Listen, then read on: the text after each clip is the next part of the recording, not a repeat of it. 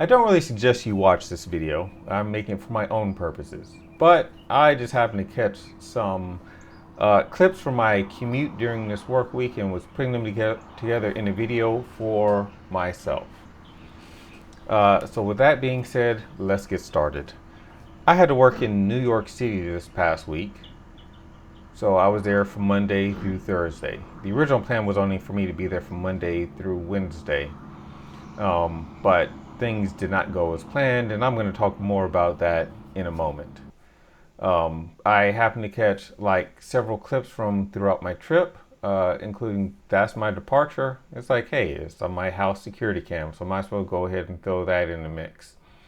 Hopped on the interstate, headed to the airport. It was kind of early in the morning. Traffic was a little bit more dense than I thought it would be, but it wasn't too bad. Going to the airport, I still follow the rule of getting there 2 hours before your flight. And here you can tell I'm really close to the airport. But I got there 2 hours before my flight, and since I have TSA pre-check, it didn't really take me long to get through. Of the two cars I have, I decided to take the older one, which has been outside all this time, and I haven't driven it much lately, and you can see this windshield is really dirty. I think both of my cars are going to end up getting cleaned later on today when it warms up. But if you ever want to find your way to the airport, it is really easy to find. Freeze framing it, here you can see this is what the interstate sign looks like. So just follow the icon for the plane. And so there's another one for pointing to the domestic terminal. If you're going to the international terminal, there's a different pathway you probably want to take. Although usually either terminal you end up at, you can usually still find your way to your gate. Worst case scenario, you might have to take a shuttle from one terminal to the other. So on approach to the airport, if you're on a Delta flight, you get on the South Terminal. If you're on any airline that's not Delta, you take the North Terminal. That's really easy to remember. So I was taking a Delta flight to get there and to get back. So I am taking the South Terminal. I did decide to just go ahead and do the daily parking at terminal. The price for the daily parking is around $19 per day. You can get cheaper parking if you're willing to use one of the third-party lots that is just a little bit outside of the airport. They're not far, and all of the ones outside the airport, they do provide a shuttle service to get between the airport and the parking lot.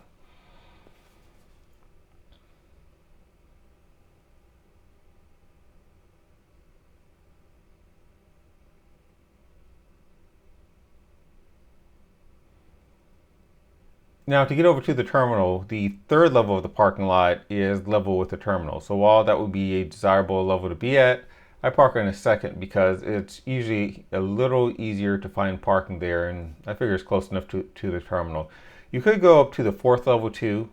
Almost no one parks up there, but the fourth level, that is the top level, so it leaves your car exposed to the sun and to the elements. And so for people that want to have something that's a little bit closer to being indoor level, parking on something that is not the fourth level is probably most desirable. Now I still did have to drive around a bit in order to find a free parking space. I've cut all of my driving around out of this. But here, that's where I got parked. Took notice of the column labeling close to where I was parked, and then that was it. I was off to head into the airport.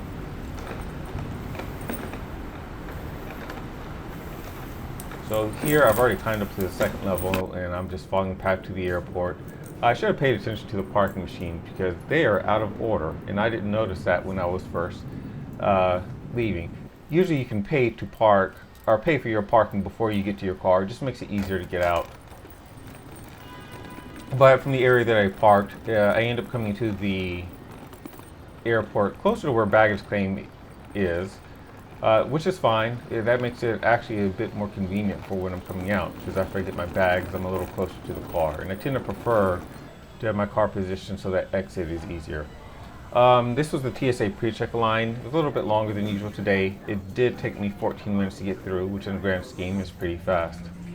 So I made it to my gate in no time.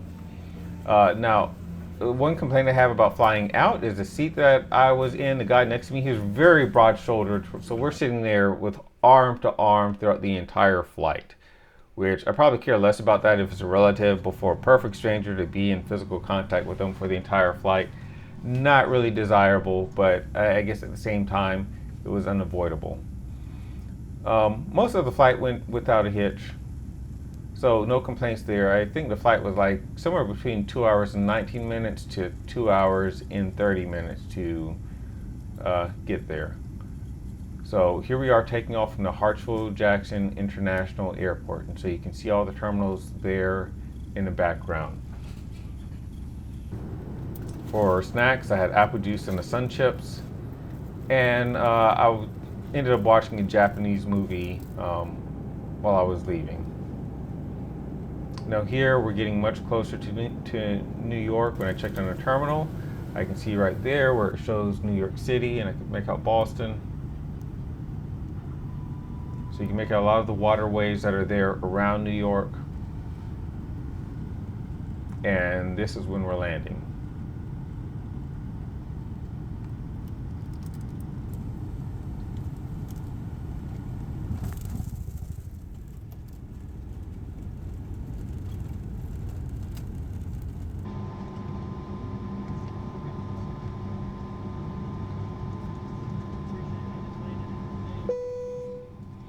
So after landing, of course, getting off the plane, the jetway was a little different than the one I'm used to in that it takes you to this, I'm going to call it a spiral ramp where you are at a different elevation than the rest of the airport.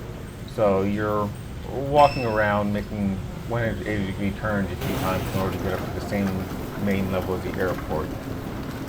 Now, also, while I was getting off the plane, I did ask the pilot if they had one of the Delta trading cards, and so he gave me one. These are cards that the pilots carry. You can collect them if you like, and they only give them to you if you ask for them. I've not really seen them advertised anywhere. Went to baggage claim. It felt like it took an eternity for my bag to show up. I do feel like when I go outside of Atlanta, the baggage claim elsewhere is just a little bit slower. But got my baggage claim, went to the taxi stand and got a taxi to get from the JFK airport close to the Times Square area. So it cost about $100 for a taxi to drive me that distance. Yeah, it's kind of expensive, but I guess that's the market price out there in New York. So I took some video clips of just some of the buildings, because those buildings, they might look very pedestrian to some, but buildings in Atlanta generally are not structured like that. So I just find it interesting because it is different than what I usually see. Now, this is a hotel room I got. This was about $450 a night. It's kind of small. So there's a bathroom and the shower. Let's see what else that we have in here. There's a desk right there on the right with the sink. That is my couch. There's the bed. And then if I kind of walk sideways a little bit, then I can get over to where the window is, and that's the view from the window. Now I'm on the 23rd story of this hotel. This is the Arlo Nomad. So it was 0.9 miles south of Times Square, and that's what it looks like during the daytime. Now when I went to work at night, I was going to be working at night at a location in Times Square. I couldn't get to it because I forgot it was October 7th. So here there was a pro-Israel demonstration that was going on. And so you can see that there's barriers up. The particular location that I was going to, when they saw that there were demonstrations that day, they ended up closing down and sending all of the workers home, and they forgot to send word out to us. Now, while I didn't capture this in video, when I was trying to get back to my hotel room, I tried walking back the pathway that I came. That didn't work, because while I was walking, I found new barriers were being put up, and I couldn't follow that pathway back. And at first I'm wondering, why are those barriers being put up? Well, there is a pro-Palestine demonstration that was also being set up down the street. So for a while I was stuck between the pro-Israel demonstration and the pro-Palestine demonstration until traffic on this road on the right stopped, and that opened up an opportunity for me to get across the street, to get from outside the barriers, and to continue my pathway to the hotel. Now, I did find this video or the scenery to just be interesting, so I'll just let this play out.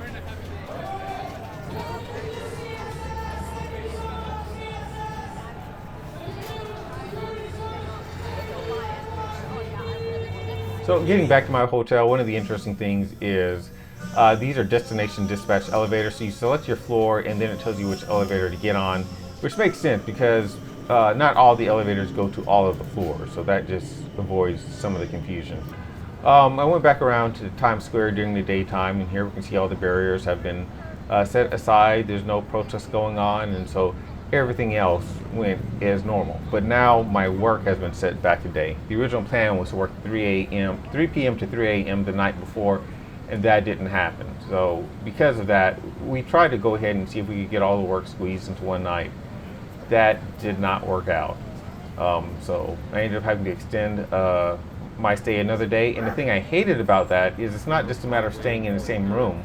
I had to check out of my room, and then I'm just basically homeless in New York for several hours until I can check back into my new room.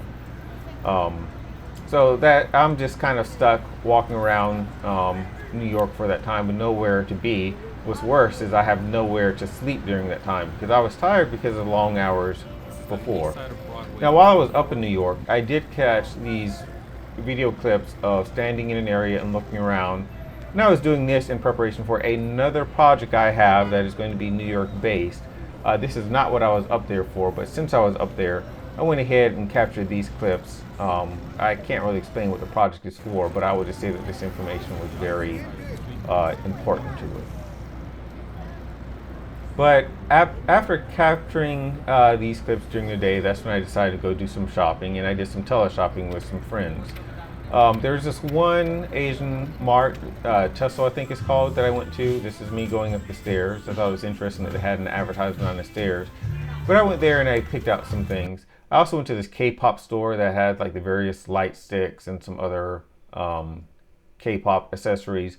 There's a child that was very interested in these, so I got her the Twice light stick. But while I was there, I FaceTimed her and she had me walking around the store looking at other accessories, seeing if there's anything else that she wanted. But in the end, all she wanted was a Twice light stick, and she just enjoyed looking around the store. Afterwards, I went and I got sushi for lunch.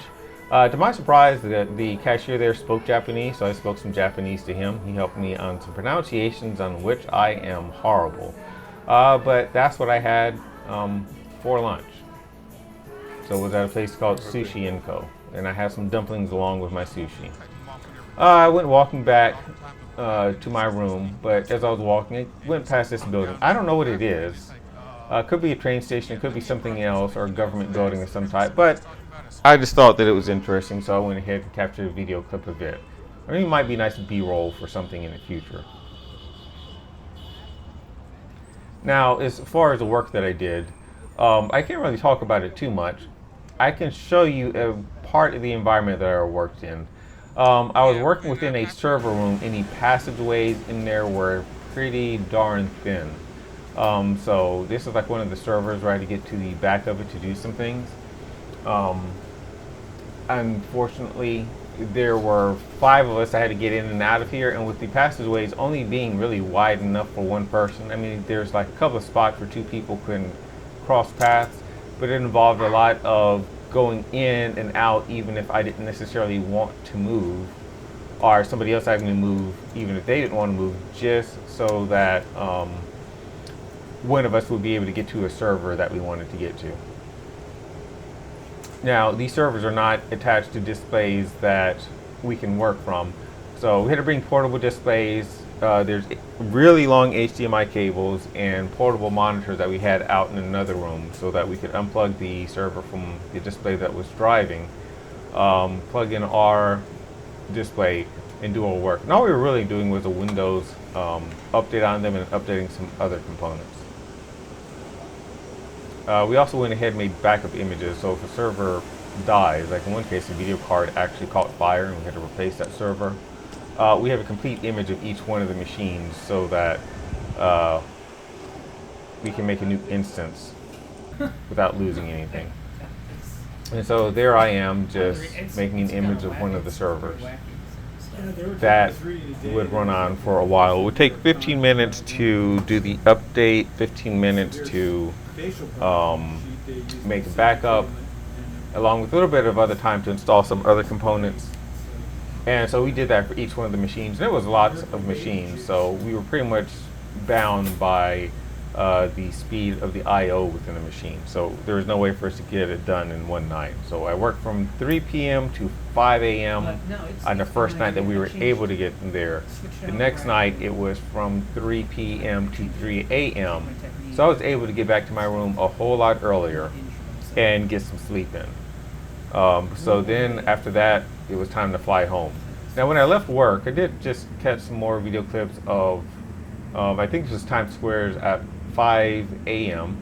So you can see it's a lot quieter. There are some people that are commuting. There are some people that are walking around. And to my surprise, there's a few businesses here that are like still open. For the particular business that I was in, of course it was closed. It closed around 9 or 10 p.m. At one point we were at the front of the business where, you know, from the outside people could see us. It's just kind of weird. There's this one guy, he's covered from head to toe. The only thing you could see is his eyes because he had on a hoodie where it was tightened all the way, so his eyes were anything that was showing through. And he kept knocking on the door, knocking on the window, insisting to be let in. And of course, we didn't let him in because he has no business in the store to begin with. I don't know what it was about. Didn't want to find out. So we did not let him in.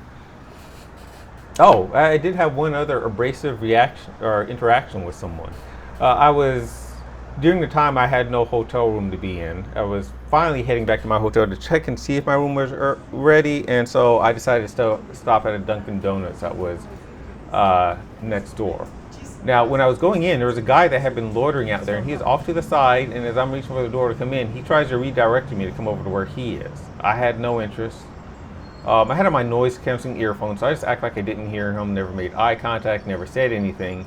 So when I didn't go over there, he ran up to the door as I was going in it, and he tried to slam the door on me. Now, I was holding on to the door, so I managed to stop it from slamming. And when I went in there, I immediately asked the cashier, I was like, do you normally have people outside of your business trying to slam the door and customers coming in?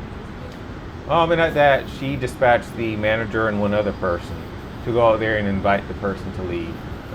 When the manager told him he had to be off the property, he became very angry. He began to yell. He was saying something to the relevance of, you didn't hear and I'm replacing words here, you didn't hear the bullcrap he was saying about me. You didn't hear the bullcrap he said about me. Nobody talks to me like that. Kind of an odd thing to say since I had never spoken to the man. But the manager was not interested in sorting out whatever he was saying, and he just kept telling the guy he had to leave. The person left, and then the cashier showed me another door that they had, and she had me to exit on another street. So I exited, and I ended up having to take a long way around the block to get to my hotel just to avoid passing by that person again. But this is one night when I came out from work. I'm heading back to the room. And so on this night, if I remember correctly, I think I was getting something to eat. I wanted to get something to eat before I went to bed. And so as I was walking, I turned the corner, and there was a Taco Bell Cantina, which is open 24/7. I went in there, I got a very simple order, took it back to my room, ate it, brushed my teeth, and then I went to bed.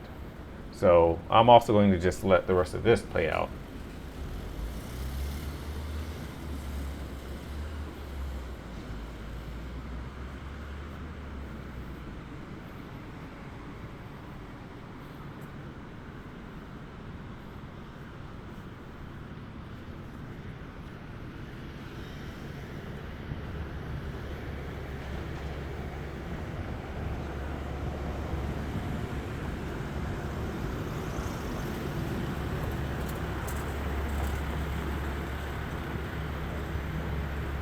After being in New York for 3 days, it was time to finally go back home. So I was flying back through LaGuardia Airport. To get a taxi taking me there, it only cost me $61. I don't know how much that time price difference is because of the distance versus, I don't know, maybe there's increased airport taxes from picking up from the airport. Whatever the reason, it was $40 less to get there than it was to get from JFK. So getting through security happened without a hitch. This airport, the passageways were kind of long. I'm used to Hartsfield where you basically take a train to get to a terminal, and then you don't have usually very far to walk in order to get to your particular train. I did make use of the moving sidewalks here.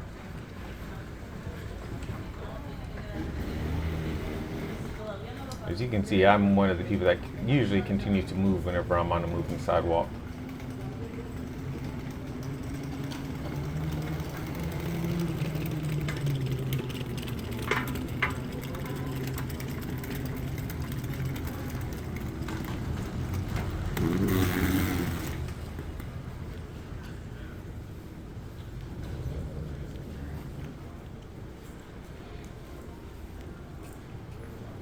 Since I got through security so quickly, I decided I was going to go ahead and get something to eat. So I went to this restaurant, Bubby's, to order some food. I got a milkshake, and they do have the milkshakes either, as you normally expect them, or they have the option of adding alcohol to them. And I ended up getting a vegetable omelet. Now, I guess the manager saw me photo documenting my food, and so he came over to talk to me afterwards, and he asked me if I was a reviewer.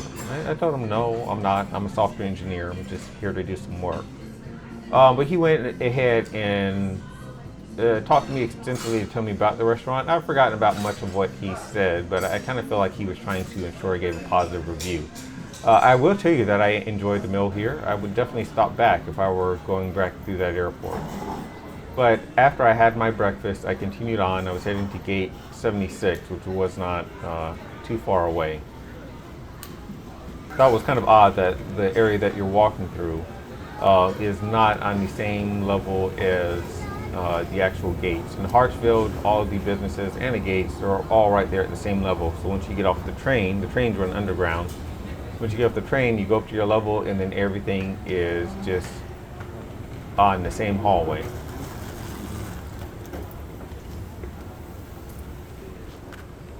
But coming down the stairs, I'm pretty close to my gate. Looking immediately to the right, I can see there's gate 74, so it's going to be the gate after this one. There are a few businesses and restrooms between 74 and 76. So there's your last chance to get a beverage or a snack to get on the plane with.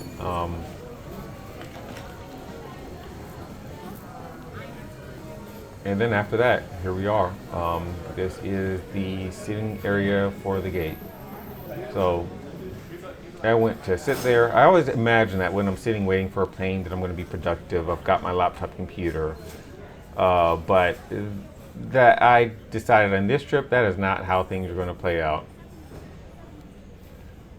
I did take notice that they have power outlets at every one of the seats. So I chose a seat, I sat down, and I just decided to charge my phone while I waited for flight 990 back to Atlanta.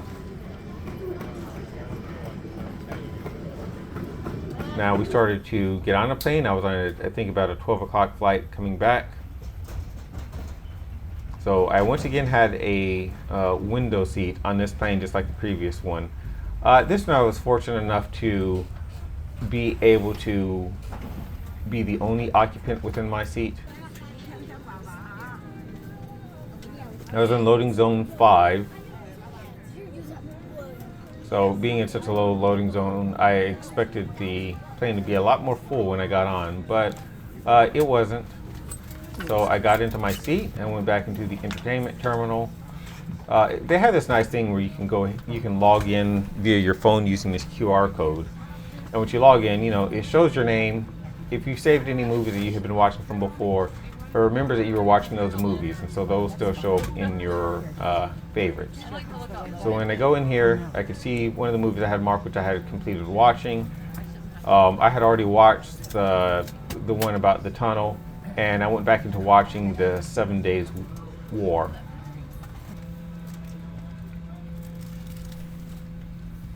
So I finished watching that movie, and then after that, I slept for most of the rest of the flight until we were landing.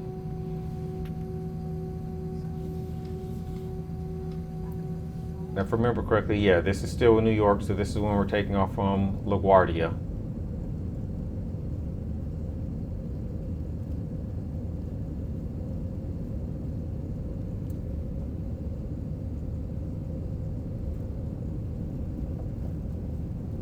And one of the things I hate is I can see my lens reflected in the window. If you look, you can see there's kind of a square area with some circles within it. That's my phone lens.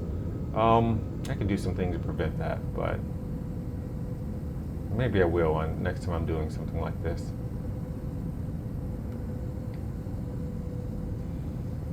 But here we are, we're making our way back into the Atlanta area, about to land at the Hartsfield-Jackson International Airport. And then we're on the ground. A few moments later, we were pulling into the gate. So that's the gate beside us is B28. I think we had gate B26.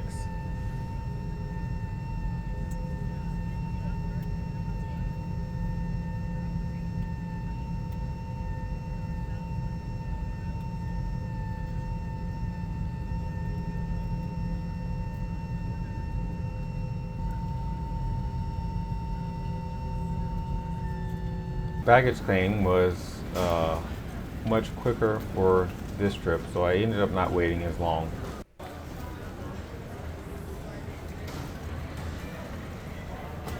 Once I saw my bag come up, I felt like I was in the home stretch.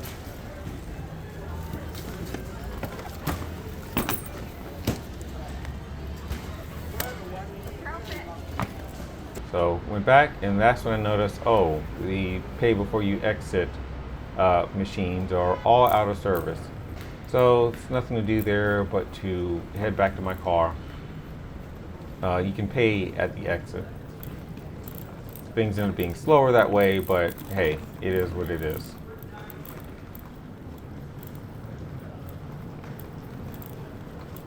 And one of the things I had forgotten when I left is my dashboard cam that I have for my car is out of order. I'm getting a new one, but I just stuck a GoPro up there, but I always move the GoPro from out of view. I forgot to remove it when I parked at the airport.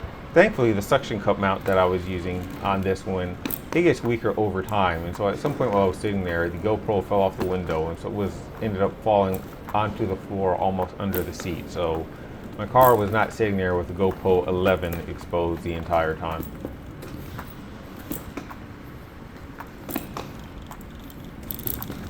I was parked in an easy to remember location. I knew where it was with respect to the staircase.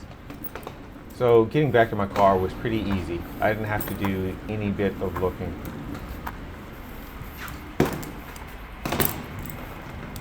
So into the stairs from the third level.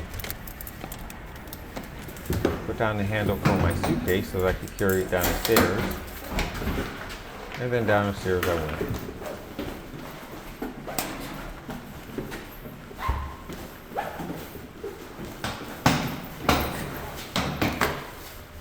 So I was only down one level.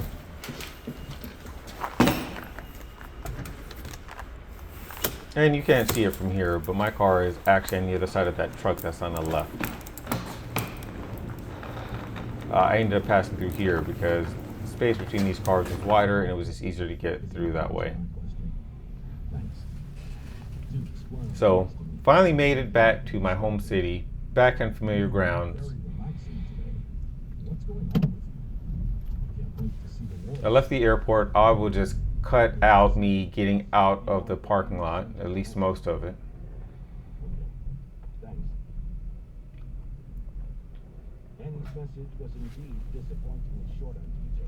But made my way down to the exit, merged in with the other vehicles that are coming out of the parking lot, and then there are all the gates that you could use for exiting.